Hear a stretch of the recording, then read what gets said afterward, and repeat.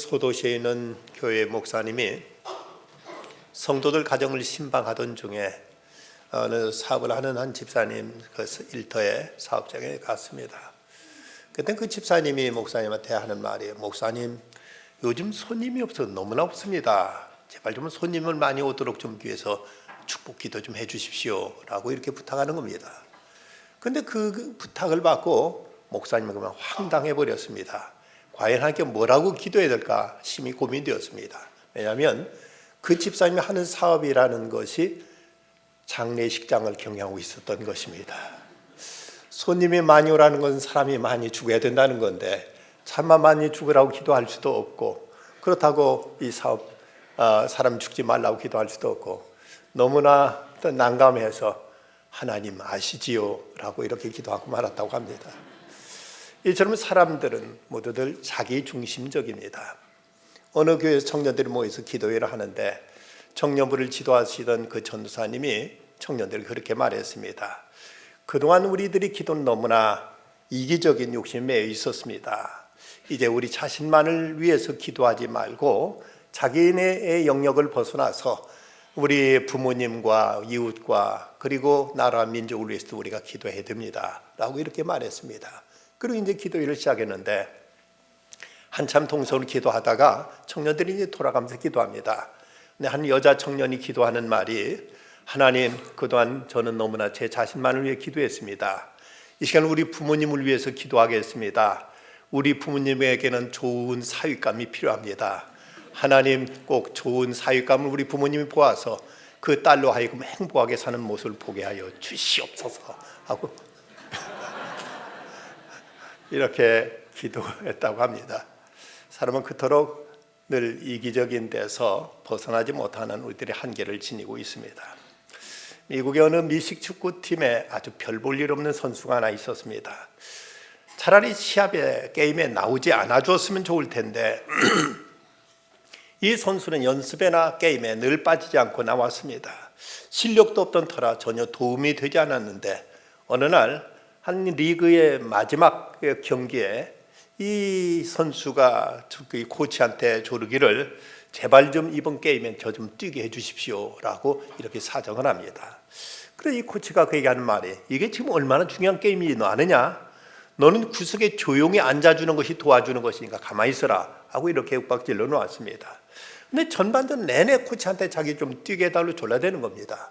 근데 그 게임이 다른 때와 같지 않게 아주 형편없는 게임으로 그만 전반전에 완전히 이제 점수를 얻지 못하고 상대방이 크게 밀리고 말았습니다. 하프타임이 되었는데 이 선수가 또다시 자기 좀 넣어달라고 간절히 소원을 말하는데 도저히 후반전의 게임이 역전될 것 같은 기대가 전혀 없었습니다.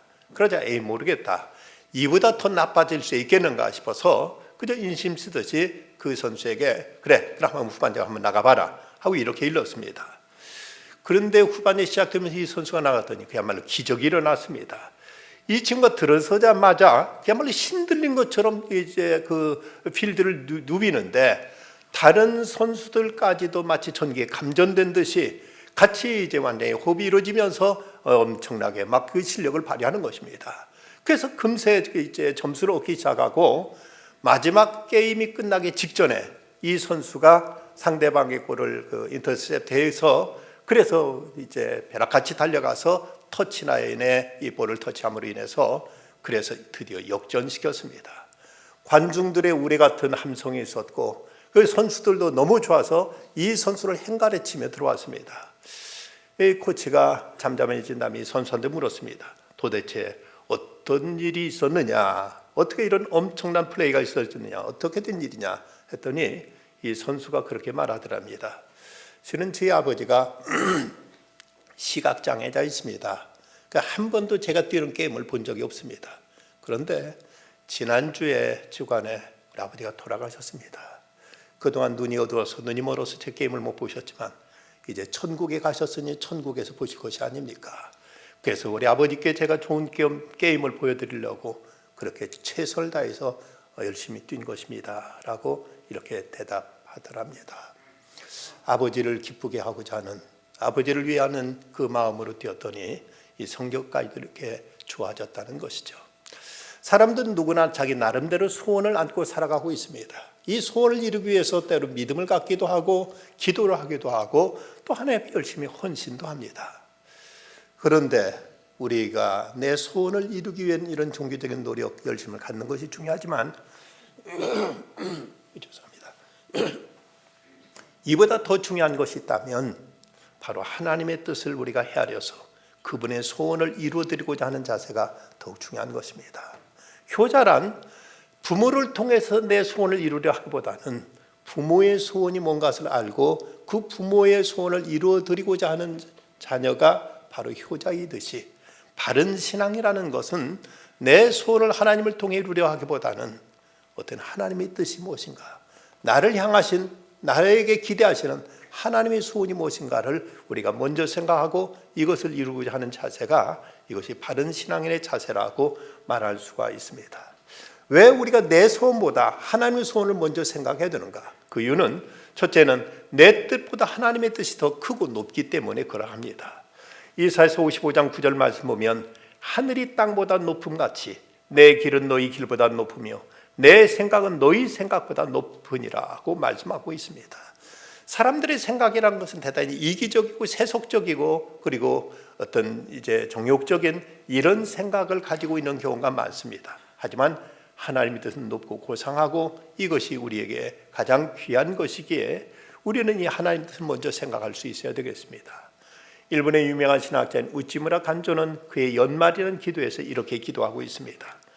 나의 요구를 다 물리치시고 내 소원을 다 파하시고 당신의 뜻을 이루신 것을 감사합니다. 만일 내 소원이 그대로 이루어졌다면 나는 거만해지고 밉살스러운 사람이 되어 하나님과 사람 앞에 아무 소용없는 존재가 되었을 것이기 때문입니다. 우리는 내 소원보다 하나님의 소원이, 하나님의 뜻이 더 높고 귀함을 우리는 인정할 수 있어야 됩니다. 그런가 하면 내 생각보다 하나님의 생각이 더 선하고 더 지혜롭다는 것도 우리는 잊지 말아야 됩니다. 내 생각은 이것이 내게 최선이라고 생각하지만 아닙니다. 하나님 볼 때 이것보다 더 좋은 것을 하나님 우리에게 기대하고 계시고 더 큰 것을 우리에게 주시려고 하신다는 것입니다. 그래서 에베소 3장 20절 말씀, 우리 가운데 역사하시는 능력대로 우리가 구하거나 생각하는 모든 것에 더 넘치도록 능히 하실 이에게, 우리가 구하거나 생각하는 것보다 하나님이 더 넘치도록 우리에게 하시리라고 이렇게 성경은 말씀하고 있습니다. 미국의 유명한 강철왕 카네기가 어렸을 적 어머니와 함께 시장을 나갔는데 그 단골 가게였던지 그 가게 주인이 이리 와서 아이한테 그 버찌를 한 줌 지어버 먹으라고 이렇게 이제 얘기합니다. 그런데 이 어린 카네기가 버찌를 집어먹지 않고 멈칫거립니다. 그러니까 어머니, 아저씨가 집어먹으라니까 한 줌 지어 먹으렴. 그래도 이 버찌에 손을 대지 않습니다. 그러자 아저씨 이상하다는, 이 녀석아 한 줌 지어 먹으라니까 하면서 한 점을 푹 쥐어서 아이한테 주니까 그때서 두 손을 쫙 벌려가지고 냉큼 그걸 받습니다. 어머니가 얘가 하는 일 이상해서 집에 와서 물었습니다. 너 왜 지어 먹으라니까 안 집어 먹더니 아저씨가 지어주니까 그대는 받았니? 했더니 어린 카네가 대답한 말이, 아저씨 손이 제 손보다 더 크잖아요 라고 이렇게 말하는 것입니다. 여러분, 하나님의 손이 내 손보다 더 크시다는 사실을 우리는 알아야 됩니다. 내가 구하는 것보다, 내가 바라는 것보다 하나님 우리에게 더 좋은 것, 더 큰 것을 주시길 원하시기에 내 소원보다 하나님의 소원을 우리가 더 먼저 생각할 줄 알아야 된다는 것입니다. 그런가 하면 하나님의 소원이 이루어져야 내 소원도 이루어진다는 얘기입니다. 오늘 마태복음 6장 33절, 먼저 그의 나라와 그 의를 구하라. 그리하면 이 모든 걸 너에게 더하시겠다고 말씀하십니다. 우리가 그렇게 생각하는 먹을 것, 마실 것, 입을 것 등 이 땅에 필요한 모든 것들, 이런 것을 구하기에 앞서서 먼저 하나님의 나라와 그 의를 구하라. 그럼 이 모든 것을 너에게 더하시리라 하고 말씀하고 있습니다. 페트라는 이름을 가진 미국의 한 여교사가 있었습니다. 그녀는 어느 때 하나님께 은혜 받고 나서 자기가 선교사로 나가서 일정 기간 동안 헌신하겠다고 이렇게 소원을 했습니다. 그런데 막상 선교사를 떠나려고 보니까 아직 자기가 싱글이기 때문에 자기 남자를 만나서 결혼해서 가정을 이루어서 가기를 것이 좋겠다 싶어서 선교사를 떠나는 것을 그는 보류하고 주변에 좋은 사람이 있는가 남자를 찾았습니다. 근데 2년 동안 이제 찾아봤지만 도무지 주변에 자기에 맞는 사람이 이제 만나지지 않는 겁니다. 너무나 답답하고 괴로운 심정으로 어느 날 목사님께 찾아가서 자기의 사정을 얘기했습니다. 그랬더니 그 목사님이 이 페트란 선생님에게 어드바이스하기를, 당신 소원이 이루어지길 원한다면 먼저 하나님과 약속부터 먼저 지키십시오. 당신 소원이 진짜 이루기를 원한다면 하나님과 약속부터 먼저 지키십시오. 그 말을 듣고 그녀는 어렵지만 하나님께 순종해서 아프리카 기니아의 선교사로 떠났습니다. 놀라운 것은 그 기니아의 밀림 속에서 그곳에서 아주 훌륭한 남자를 만나서 그곳에서 가정을 이룰 수 있었다는 것입니다. 내 소원을 이루기 위해서라도 먼저 하나님의 소원, 하나님 뜻을 이루는 것이 우리에게 중요하다는 사실을 알아야 될 것입니다. 오늘 구약의 말씀 미가서는 죄악된 이스라엘 백성들에 대한 하나님의 책망과 하나님의 심판에 대한 예언, 그리고 그들이 회복하고 돌아서기를 바라시는 하나님의 간곡한 소망이 담겨있는 구약의 예언서 중에서도 백미라고 일컬어질 만한 대단히 귀한 말씀이 기록되어 있습니다. 이 미가 선지자가 활약하던 때는 주전 7세기경이었습니다. 이때는 그 남왕국 유다에는 히스기야 왕이 이때 나라를 통치하고 있었는데, 이미 북왕국은 멸망의 전조처럼 나라가 몹시 혼란하고 가장 많은 죄악의 부패에 시달려 있었고, 그럴 때 이제 아수리의 침략으로 인해 나라가 멸망하기 직전이었습니다. 이럴 때 미가 선지자는 당시 부패했던 이스라엘을 향해서 심판의 메시지를 전하고 있습니다. 그 당시 이스라엘 죄악을 보면은 먼저 백성들이 우상 숭배에 빠져 있었던 것이었습니다. 미가서 1장 7절 말씀 보면, 그 새긴 우상들은 다 부서지고 음행의 값은 다 불살라지며 내가 그 목상들을 다 깨뜨리리니 그가 기생의 값을 모았은지 그것이 기생의 값으로 돌아가리라. 저들은 온갖 이제 우상들을 세우는 거기에 절하고 거기에 매달리면서 점점 종교적인 혼란 속에 빠져들어가고 있었습니다. 그럴 때 당시 지도자들은 또한 저들은 불의와 약자들에 대한 수탈이 점점 이제 가중되고 있었습니다. 3장 1절 말씀, 내가 또 이르노니 야곱의 우두머리들과 이스라엘 족속의 통치하들아 들으라. 정의를 아는 것이 너희 본분이 아니냐. 너희가 선을 미워하고 악을 기뻐하며 내 백성의 가죽을 벗기고 그 뼈에서 살을 뜯어 그들이 살을 먹으며 그 가죽을 벗기며 그 뼈를 꺾어 다지기를 냄비와 솥 가운데 담을 고기처럼 하는도다. 하면 백성들을 핏바늘 먹고 백성들 가죽을 벗겨 먹듯 하듯, 이렇게 지도자들은 온갖 이제 탐욕과 저들의 불의로 백성들을 고열을 짜게 일쑤였습니다. 뿐만 아니라 이런 때 저들의 종교 지도자들까지도 어떤 형식주의와 그리고 이제 세속적인 이런 자세로 참된 하나님의 말씀을 전하지 못하고 마치 종교를 자기 이익의 수단처럼 삼고 있었습니다. 이들에 대해서 3장 11절 그 후반절 말씀 보면, 그들의 제사장은 싹을 위하여 교훈하며 그들의 선지자는 돈을 위하여 점을 치면서도 여호와를 의뢰하여 이르기를 여호와께 우리 중에 계시지 아니하냐, 재앙이 우리에게 임하지 아니하는도다 라고 이렇게 저들의 잘못 죄악을 이렇게 지적하고 있습니다. 이럴 때 미가는 마치 자신이 이스라엘이 말하는 것처럼 그들의 변명을 대신한 듯 하면서 그것이 하나님께서 얼마나 경멸하시는 것인지를 지적하고 있습니다. 오늘 말씀 6절과 7절 말씀 보면, 내가 무엇을 가지고 여호와 앞에 나가며 높으신 하나님께 경배할까? 내가 번제물로 일련된 송아지를 가지고 그 앞에 나갈까? 여호와께 천천의 수양이나 만만의 강물 같은 기름을 기뻐하실까? 내 허물을 위하여, 내 맏아들을 위하여, 내 영혼의 죄로 말미암아 내 몸의 열매를 드릴까? 당시 이스라엘 백성들은 온갖 불의와 죄악을 행하면서, 그러면서도 하나님께 뭔가 재물을 가져갔다 드리면은 하나님이 좋아하시고 하나님이 기뻐하시지 않을까? 그러면 하나님이 내 소원 들어주지 않을까 생각하면서 저들의 실제적인 생활 속에서 의를 행하고 하나님의 말씀을 따르기보다는 이런 데는 전혀 관심이 없으면서 그냥 하나님께 뇌물 바치듯 저들에게 많은 재물과 천천의 강물 같은 기름을 바치면은, 심지어 이방 종교에서 인신 제사로 드렸던 자기 아들을 불살라 드리는 이런 일까지 저들은 이제 기웃거리면서 어떻게든 하나님을 이용하고자 하는 생각 속에서 이런 어떤 재물로 자기들의 소원을 때우려고 했던 것입니다. 종교개혁자 깔백은 말하기를, 하나님이 제물을 바치게 하는 목적은 외형적인 의식을 보시려는 것이 아니다. 오직 그 바치는 것을 통하여 회개와 믿음과 진실성을 갖게 하려 하시는 것이라고 이렇게 말했습니다. 하나님이 돈이 없어서 돈을 바치라고 하시는 것이 아니라 우리가 물질을 통해 하나님을 향한 우리들의 헌신과 우리들의 바른 자세, 물질에 대한 바른 그 청직으로서의 자세와 그리고 우리를 통해서 하나님께 이 땅에 선을 이루시려고 원하시는 이런 의도에서 우리에게 헌신을 요구하시는 것이지 단지 물질 그 자체를 하나님께서 원하시는 것이 아니라는 것을 말씀하고 있습니다. 하나님은 이스라엘 백성들의 죄를 책망하시면서 저들을 향한 당신의 세 가지 소원을 말씀하십니다. 그 첫째가 저들에게 정의를 행하라고 말씀하십니다.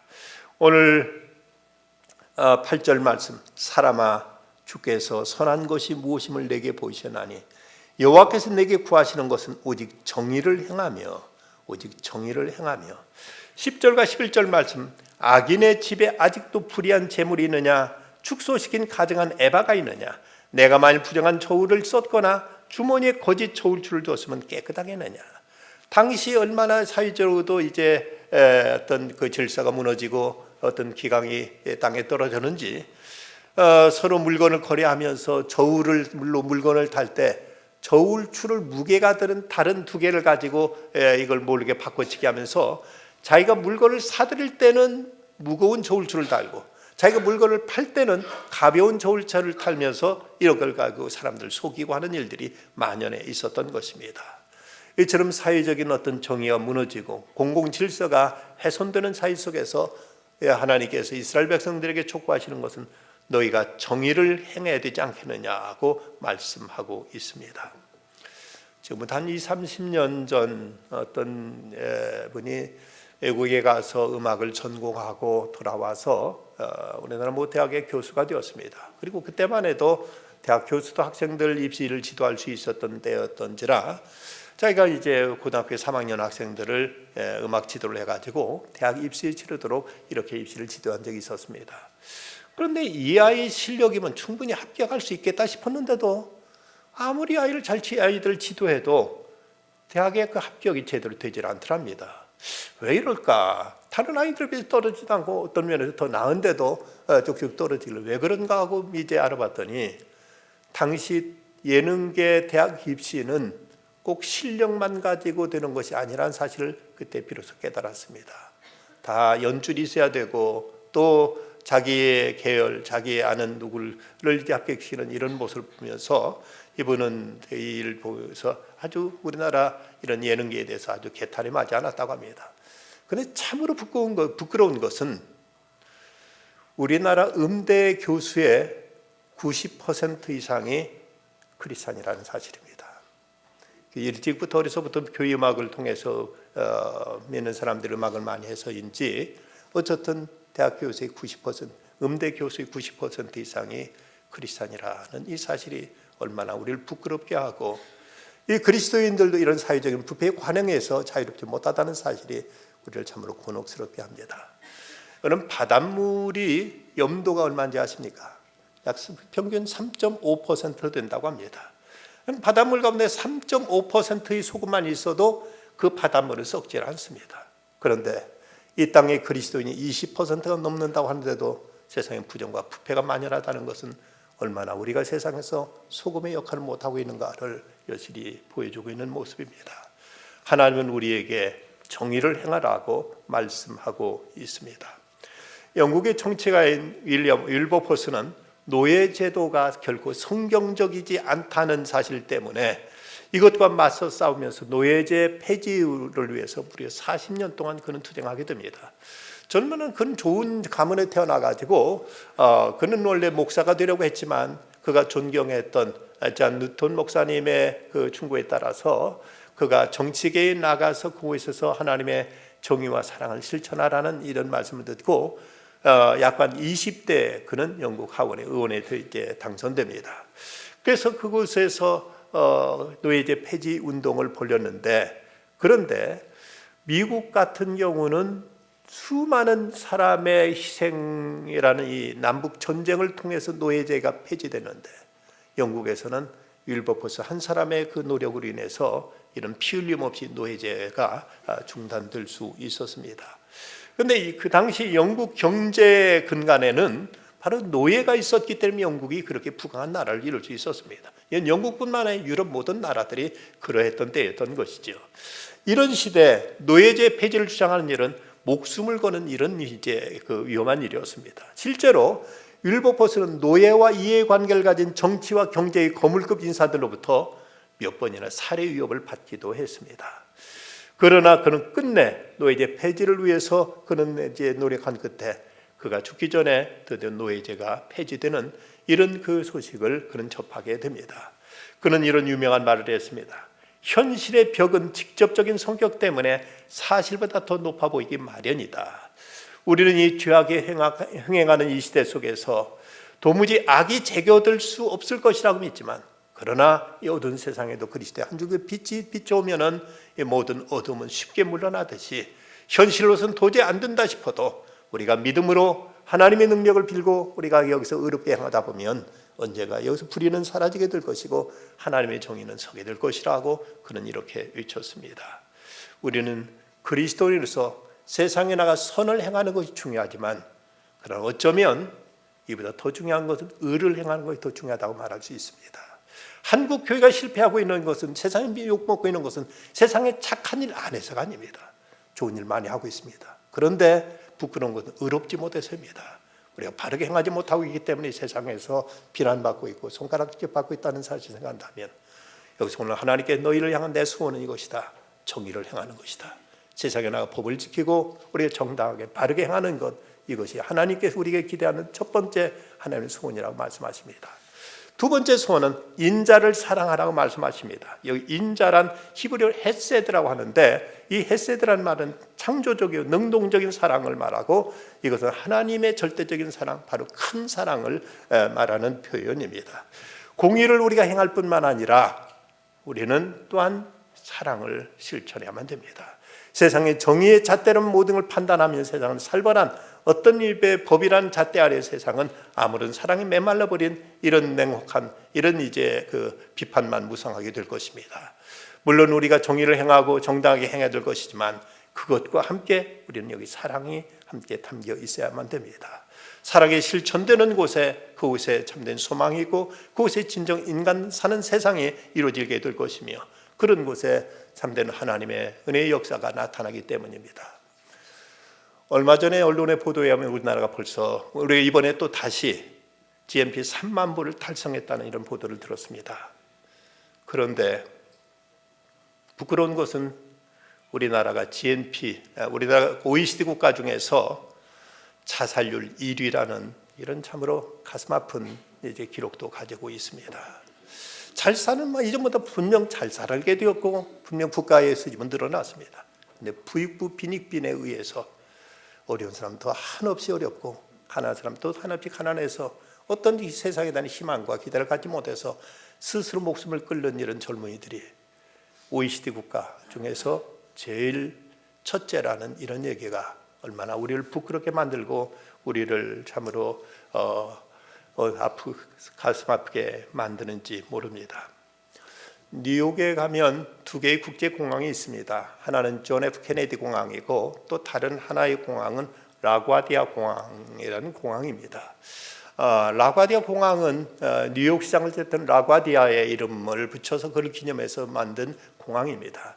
그는 원래 뉴욕의 즉결 심판부 판사로 이제 근무한 적이 있었는데, 그때 한 사건을 재판하게 됩니다.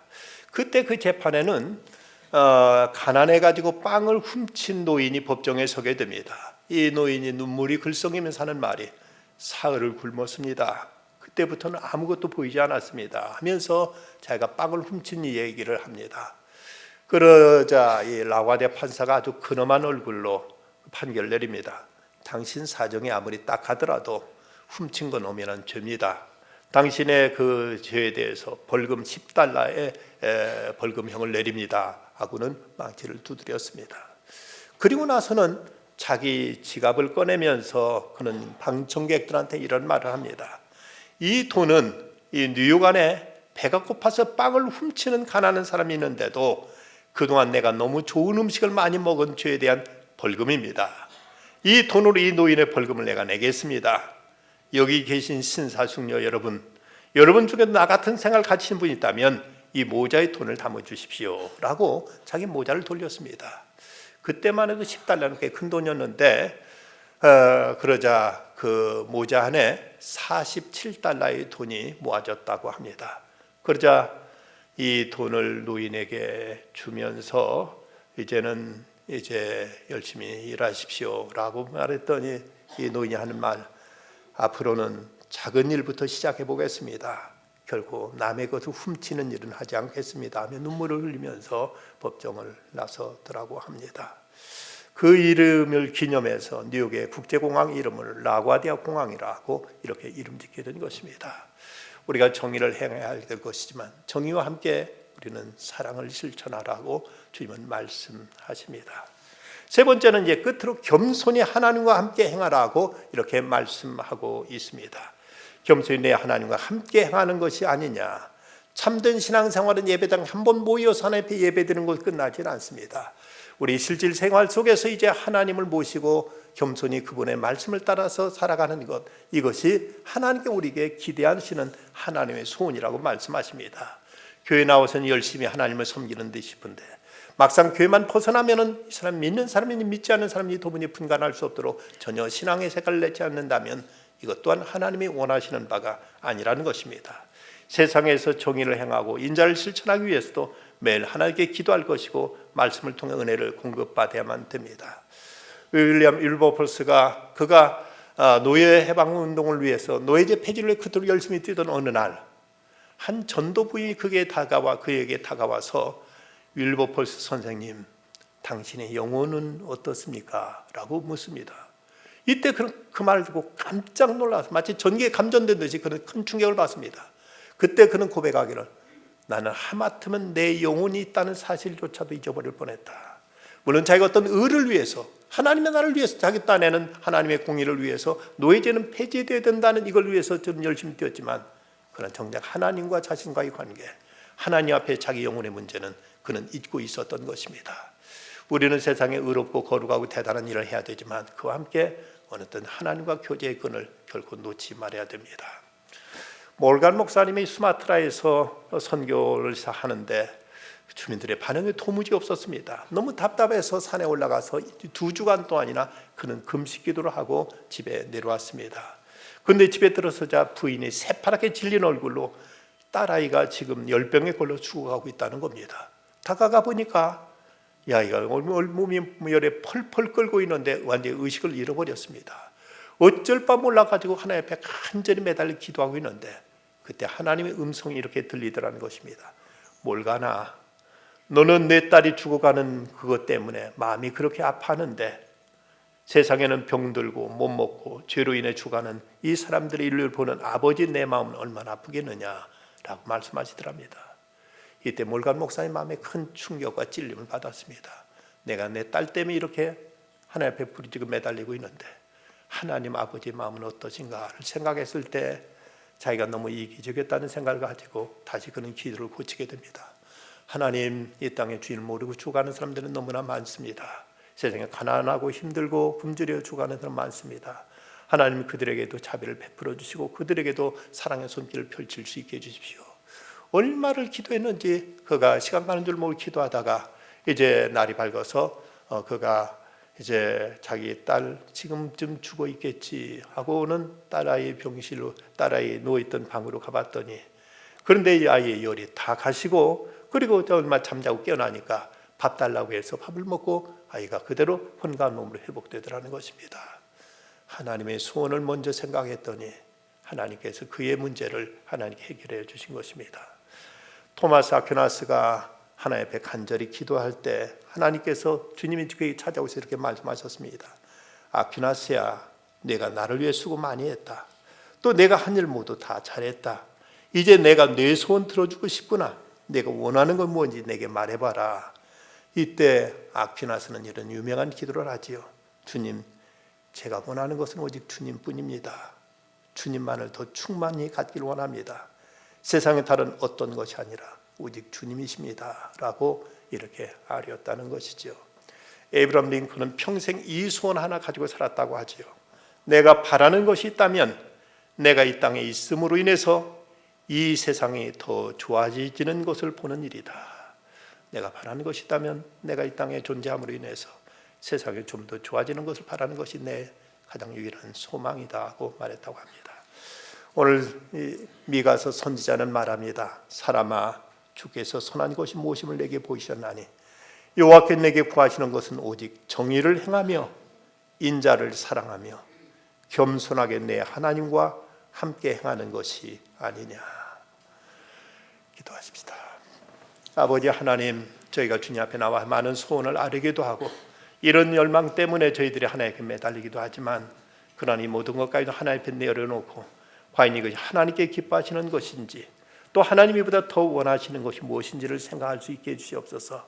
하나님께 진정 되게 바라시는 것은 정의를 행하는 것이라고, 인자를 사랑하는 것이라고, 겸손히 하는 것 함께 행하는 것이라고 말씀하셨사오니 주님, 이것이 저희들의 먼저 첫 번째 소원이 되게 하시고 이를 행하는 중에 저희들의 소원과 저희들의 기도의 제목까지도 응답하시고 도와주시고 역사하시는 하나님의 은총 속에 살아가는 저희들 다 되게 하여 주시옵소서. 예수님의 이름으로 기도드리옵나이다. 아멘.